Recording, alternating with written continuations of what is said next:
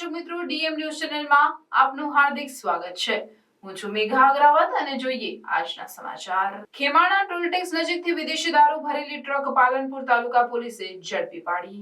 રાજસ્થાનથી વિદેશી દારૂ ભરીને ટ્રક પાલનપુર ખેમાણા નજીક પોલીસે ઝડપી। તાલુકા પોલીસે દારૂ ભરીને આવતા બાલારામ ઉમેદારામ જાટ સામે ગુનો નોંધી વધુ તપાસ હાથ ધરી। વિદેશી દારૂની 571 પેટીઓ સાથે એક આરોપી ઝડપાયો। તાલુકા પોલીસે 45 લાખથી વધુ મુદ્દામાલ સાથે એક આરોપીને ઝડપી પાડ્યો। રાજકોટ જિલ્લાના ઉપલેટામાં માનવ સેવા ટ્રસ્ટ અને સિંધી સમાજ દ્વારા રક્તદાન કેમ્પનું આયોજન કરવામાં આવ્યું। ઉપલેટામાં સિંધી સમાજવાડી ખાતે સ્વર્ગીય વંદનાબેન જગદીશભાઈ પેરવાણી તેમજ આશાબેન ચંદુભાઈ પેરવાણીના સ્મરણાર્થે એક રક્તદાન કેમ્પનું આયોજન કરવામાં આવ્યું હતું, જેમાં અંદાજે 50 જેટલી બોટલો એકત્રિત કરવામાં આવી। તો આ સેવાના ભગીરથ કાર્યમાં સિંધી સમાજના આગેવાનો કાર્યકર્તાઓ બહોળી સંખ્યામાં ઉપસ્થિત રહ્યા હતા અને આ કેમ્પને સફળ બનાવ્યો હતો। આ કેમ્પનું આયોજન ચંદુભાઈ સુંદરદાસ પેરવાણીના સહયોગથી કરવામાં આવ્યું હતું, જેનો મુખ્ય ઉદ્દેશ જરૂરિયાતમંદ અને ગરીબ લોકોને આસાનીથી વિનામૂલ્યે રક્ત મળી રહે તે હેતુથી કરવામાં આવ્યો હતો, જેને લઈને એકત્રિત કરેલ બ્લડ રાજકોટ સરકારી બ્લડ બેંકને સુપરત કરવામાં આવ્યું હતું। રમેશભાઈ રામચંદાણી, ઓડિટર, સિંધી સમાજ ઉપલેટા।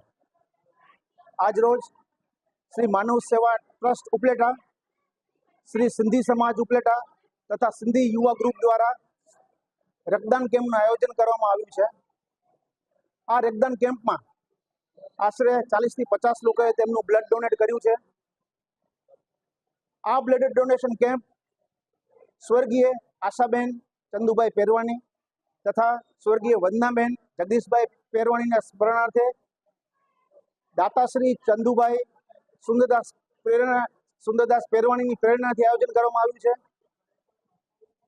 આ રક્તદાન કેમ્પની અંદર પીડીયુ મેડિકલ કોલેજ રાજકોટ એમને દ્વારા ચલાવતી બ્લડ બેંક દ્વારા સુંદર મજાનો સહયોગ કરવામાં આવ્યો છે। મારી વધારેમાં વધારે યુવાઓને અપીલ છે કે તેઓ આગળ આવે, કારણ કે રક્તદાન એ મહાદાન છે। રક્તદાન કરવાથી હજારો લોકોની જિંદગી બચી શકે છે। રક્તદાન કરવાથી આપણા શરીરના રોગો પણ ઘણા નાબૂદ થાય છે, આપણે સ્વસ્થ રહી શકીએ છીએ। તો આ રક્તદાન એ મહાદાન સૂત્ર સાર્થક કરીને વધારેમાં વધારે લોકો જોડાય એવી મારી તમને નમ્ર અપીલ છે। મારું નામ પેરવાણી ભૂમિકા જયેશભાઈ છે। શ્રી માનવ ટ્રસ્ટ સંચાલિત ઉપલેટા શ્રી સમસ્ત સિંધી સમાજ અને સિંધી યુવા ગ્રુપ તરફથી આ કેમ્પનું આયોજન કરવામાં આવેલું છે। આ કેમ્પનું આયોજન સ્વર્ગસ્થ આશાબેન ચંદુભાઈ પેરવાણી, સ્વર્ગસ્થ વંદનાબેન જગદીશભાઈ પેરવાણી હસ્તે શ્રી ચંદુભાઈ સુંદરદાસ પેરવાણી આ કેમ્પનું આયોજન કરવામાં આવેલું છે। આ કેમ્પનું આયોજનમાં જે લોહી દાન કરવામાં આવે છે તે સીધું રાજકોટ સરકારી બેંકને આપવામાં આવે છે। માનવ ટ્રસ્ટ સંચાલિતનો આમાં ખૂબ જ સહયોગ આપવામાં આવે છે। તો બધા લોકો આ કેમ્પનો ભાગ લઈ અને ગરીબ લોકોને લોહી પહોંચે ત્યાં સુધી અમે વિનંતી કરીએ છીએ અને આ કેમ્પ બદલ જે લોકો લોહી આપે છે તેનો ધન્યવાદ। શ્રી શામળાજી ભગવાન યુવા ટ્રસ્ટનો ચોથો સ્નેહ મિલન કાર્યક્રમ યોજાયો। શ્રી શામળાજી ભગવાન યુવા ટ્રસ્ટ દ્વારા છેલ્લા 4 વર્ષથી દર મહિને વિધવા માતા બહેનોને કીટ વિતરણ અને બનાસકાંઠાના છેવાડાના વિસ્તાર સુધી રૂબરૂ ગૌશાળા સુધી પહોંચી જરૂરિયાતમંદ ગૌશાળાઓમાં ઘાસચારો, ગોળ અને ખાણ આપી માનવ સેવા અને ગૌ સેવાનું એક ઉત્તમ કાર્ય કરવામાં આવી રહ્યું છે, જેનો આજે ગુરુ પૂર્ણિમાના શુભ દિવસે રવિવારે બપોરે 2 થી 7 વાગ્યા સુધી સુરત મહાનગરપાલિકાની કોમ્યુનિટી હોલમાં શ્રી શામળાજી ભગવાન યુવા ટ્રસ્ટના બધા કમિટી સભ્યો દ્વારા ભવ્ય આયોજન કરવામાં આવ્યું હતું, જેમાં મુખ્ય મહેમાનો અને સાહિત્ય કલાકારો દ્વારા દીપ પ્રાગટ્ય કરી કાર્યક્રમની શુભ શરૂઆત કરવામાં આવી હતી। સાથે આવનાર મહેમાનો અને કાર્યક્રમમાં ભાગ લેનાર તમામ દાતાઓનું શાલ ઓઢાડી અને ગૌ માતાની મૂર્તિની ભેટ આપી સન્માન કરવામાં આવ્યું હતું, જેમાં સાહિત્યકાર કલાકાર ઈશ્વરભાઈ ચૌધરી અને મેઘરાજભાઈ ચૌધરીએ લોક સાહિત્ય અને દેશભક્તિના ગીતોની રમઝટ બોલાવી હતી અને કાર્યક્રમમાં આવનાર સૌ ગૌ પ્રેમીઓએ સૌએ સાથે મળીને ભોજન પ્રસાદનો લાભ લીધો હતો અને ખૂબ ધન્યતા અનુભવી હતી। વધુમાં ગૌ માતા બચાવો અભિયાનના ગૌ ભક્ત વસંતભાઈ દેસાઈ પાવડાસણે જણાવ્યું હતું કે અત્યારના સમયમાં આ ગ્રુપ એક સોશિયલ મીડિયાનો સાચો સદુપયોગ કરીને જે આ માનવ સેવાનું અને ગૌ સેવાનું કાર્ય કરે છે તમામ ગ્રુપના સભ્યોને ખૂબ ખૂબ અભિનંદન પાઠવ્યા હતા અને આ કાર્યક્રમને સફળ બનાવવામાં કમિટીના સભ્યોએ ખૂબ વિશેષ ભૂમિકા ભજવીને આ કાર્યક્રમને સફળ બનાવ્યો હતો।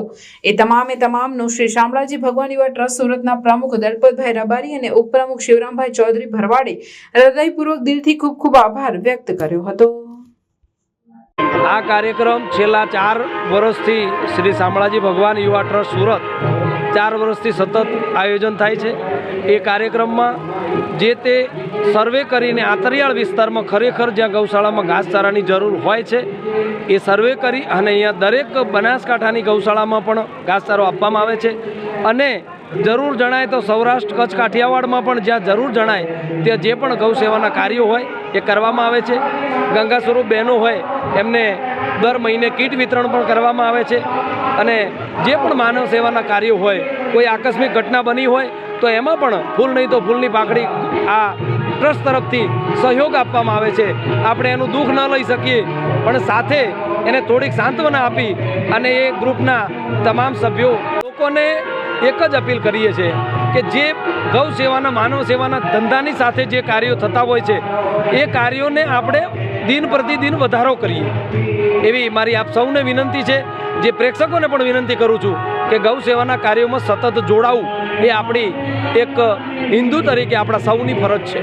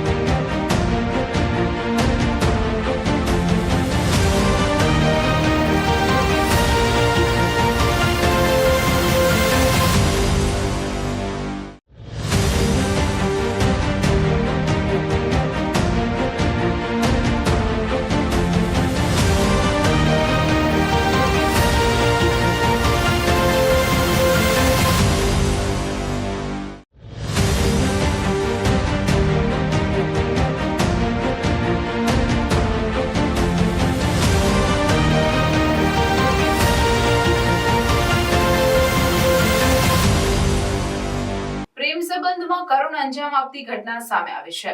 વડગામના માહી ગામે ભાભી સાથેના આડા સંબંધમાં ભાઈએ પોતાના ભાઈની હત્યા કરી નાખી। આ હત્યાને અકસ્માતમાં ખપાવી દફન વિધિ કરી નાખી હતી। જો કે પરિવારને અને ગ્રામજનોને શંકા જતા જિલ્લા પોલીસ વડાને સમગ્ર મામલે તપાસ કરવા રજૂઆત કરી હતી। જે મામલાને લઈને પોલીસે મૃતકના મૃતદેહને બહાર કાઢી પીએમ રિપોર્ટ માટે મોકલી આપ્યો હતો અને પોલીસે આ સમગ્ર મામલે તપાસ હાથ ધરી, જેમાં હત્યા કરનાર મૃતક યુવકના ભાઈ સહિત અન્ય 2 ઇસમોને ઝડપી પાડ્યા છે।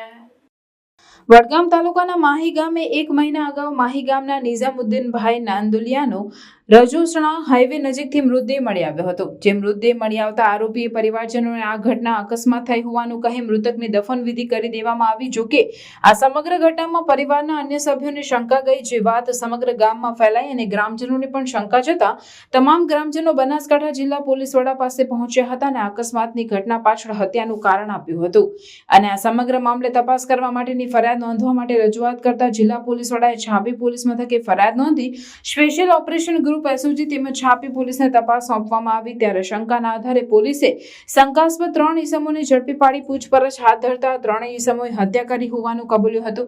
સમગ્ર પ્રકરણમાં ભાભી સાથેનો આડો સંબંધ હોવાના કારણે કાવતરું રચવામાં આવ્યું હતું। મૃતક નિઝામુદ્દીન હનીફભાઈ નાંદોલિયાની પત્નીને મૃતકના ભાઈ સાથે આડો સંબંધ હતો, જેની જાણ પરિવારને થઈ હતી અને જેના કારણે અવારનવાર પરિવારમાં ઝઘડા થતા હતા। ત્યારે આડા સંબંધમાં ભાઈનું કાસલ કાઢવા માટે આરોપી અલ્તાફ હનીફ નાંદોલિયાએ તેમના તબેલામાં કામ કરતા રહીમ ખાન, ઇમામ ખાન બલોચ તેમજ સલમાન ખાન, અયુબ ખાન બલોચની મદદથી બાઇક ઉપર જઈ રહેલ નિયામુદ્દીનને ટ્રેક્ટરથી નીચે પાડી દઈ માથામાં ઘાતક હથિયારથી ફટકા મારી હત્યા કરી ફરાર થઈ ગયા હતા અને ત્યારબાદ આ સમગ્ર ઘટનાને અકસ્માતમાં ખપાવી હતી અને મૃતકના મૃતદેહને અંતિમ વિધિ કરી દીધી હતી। જોકે આ સમગ્ર મામલે પરિવાર અને ગ્રામજનોને શંકા જતા પોલીસને રજૂઆત કરાતા પોલીસે આ સમગ્ર હત્યાનો ભેદ ઉકેલ્યો છે અને 3 આરોપીઓને જેલના હવાલે કર્યા છે। ભાભી સાથેના આડા સંબંધમાં ખુદ ભાઈએ જ ભાઈની હત્યા કરી હોવાનું આ સમગ્ર પ્રકરણમાં ખુલવા પામ્યું છે।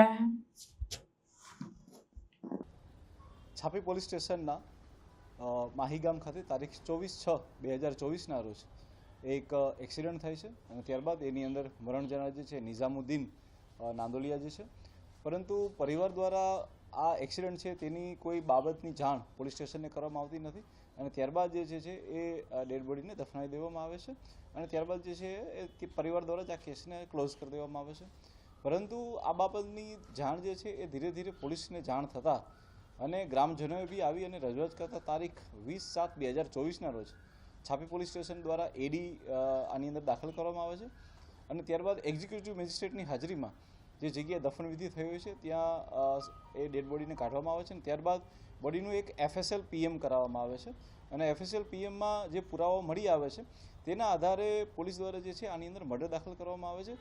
ત્યારબાદ SOGની ટીમની અંદર બી 2-3 અલગ અલગ ટીમો પાડી અને કન્ટિન્યુઅસ આની અંદર હ્યુમન સોર્સિસથી અને ત્યારબાદ ટેકનિકલ સોર્સિસ સાયબર દ્વારા બી ઊંડાણપૂર્વકની તપાસ કરવામાં આવે છે, જેની અંદર લોકલ પોલીસ બી ખૂબ ઊંડાણપૂર્વકની કામગીરી કરે છે અને ત્યારબાદ આ આખો બનાવ જે છે એ કોઈ એક્સિડન્ટ નહીં પરંતુ એક મર્ડરનો હતો. ત્યારબાદ એ બાબતો ખુલ્લી પડે છે. આ મર્ડરની બાબતમાં જો આપને જાણ કરવામાં આવે તો જે મરણ જનાર છે નિઝામુદ્દીન, તેમના જ સગા ભાઈ એટલે કે અલ્તાફભાઈ હનીફભાઈ નાંદોલિયા અને તેમના 2 ભાગિયા એટલે કે સલમાન બલોચ અને રહીમ બલોચ દ્વારા આ હત્યા કરવામાં આવી હતી. હત્યાનું જે કારણ અને જે મોટિવ છે એ જે અલ્તાફ હનીફભાઈ નાંદોલિયા છે તે તેમના ભાભી સાથે અનૈતિક સંબંધો છે, જેની જાણ પરિવારને અને ઘણા બધા લોકોને થતા અવારનવાર ઝઘડાઓ થતા હોય, જેથી કરીને કાંટો કાઢી નાખવા માટે તેઓ દ્વારા આ હત્યાને અંજામ આપવામાં આવેલો હતો. આ હત્યાને વધીને કંઈ થાય તો આ હત્યાને માત્ર એક એક્સિડન્ટની અંદર ખપાવવા માટે એ લોકો દ્વારા એક ભારે ટ્રેક્ટર બી લઈ આવવામાં આવે છે અને ટ્રેક્ટર દ્વારા પણ એની અંદર એક્સિડન્ટ કરાવવામાં આવે છે. પરંતુ પોલીસ દ્વારા સમગ્ર ઘટનાની તપાસની અંદર ઘણા બધા સાયોગિક પુરાવાઓ, તમામ CCTVના ફૂટેજો, તમામ લોકોની હાજરીઓ તથા જે અમે FSL પોસ્ટમોર્ટમ કરાવેલું છે તેનો રિપોર્ટ અને ત્યારબાદ બીજા બધા પુરાવાઓને લઈ અને પોલીસે ખૂબ મજબૂત રીતે આની તપાસ કરી અને હાલની અંદર તમામ 3 આરોપીને પકડી પાડવામાં આવ્યા છે અને તેના માટેના જે બી અમારા લોકોને FSLમાં બીજા પુરાવા મોકલવાના છે તેની બી કાર્યવાહી હાલમાં ચાલુ છે. ધાનેરામાં 2 ગઠિયાએ છેતરીને બુટ્ટી લઈ ફરાર થયા. ટિફિન આપવા જતી મહિલાને રેકી કરી વાતમાં ભેળવી 2 અજાણ્યા લોકો બસની પૂછપરછ કરી કંઈક સુંઘાડી બુટ્ટી લેવાઈ. મહિલાને બુટ્ટી રૂમાલમાં બાંધીને આપવાનું કહેતા મહિલાએ બુટ્ટી આપી હતી. ઘેર આવી રૂમાલ ચેક કરતા બુટ્ટીને બદલે પથ્થર નીકળ્યા. સમગ્ર ઘટના CCTVમાં કેદ થઈ. ધાનેરા પોલીસ મથકે ફરિયાદ નોંધાવતા CCTVના આધારે તપાસ શરૂ કરી. આવા ગઠિયા ધાનેરા સહિત અનેક તાલુકામાં આવી ઘટનાને અગાઉ પણ અંજામ આપી ચૂક્યા છે. બનાસકાંઠાના સરહદી પંથકમાં વીજળી પડતા 2 દીકરીઓના મોત નીપજ્યા. સોઈગામના નવાપુરા ગામમાં મોડી સાંજે વીજળી પડતા 2 સગી બહેનોના કમકમાટી ભર્યા મોત નીપજ્યા. બંને દીકરીઓના મૃતદેહને સોઈગામ રેફરલ ખાતે PM અર્થે ખસેડાઈ. સગી 2 બહેનોના મોત થતા પરિવાર ભાંગી પડ્યો. મૃતક ખુશીબેન દિનેશભાઈ ઠાકોર ઉંમર વર્ષ આશરે 12 અને આરતીબેન દિનેશભાઈ ઠાકોર ઉંમર વર્ષ આશરે 14 બંનેના મોત નીપજ્યા હતા. ધાનેરા મામલતદારનો ફરી એકવાર સપાટો. રોયલ્ટીની ચોરી કરનાર ડમ્પરો ઝડપી પાડી કાયદેસરની કાર્યવાહી હાથ ધરી. 4 જેટલા ગઈ રાત્રે ડમ્પર ઝડપી પાડી કાયદેસરની કાર્યવાહી હાથ ધરી. મામલતદારની કડક કાર્યવાહીથી ડમ્પર ચાલકોમાં ફફડાટ. પાલનપુર એરોમા સર્કલ ખાતે થતી ટ્રાફિક સમસ્યાને લઈને સરકાર દ્વારા બાયપાસ રોડ મંજૂર કરાયો.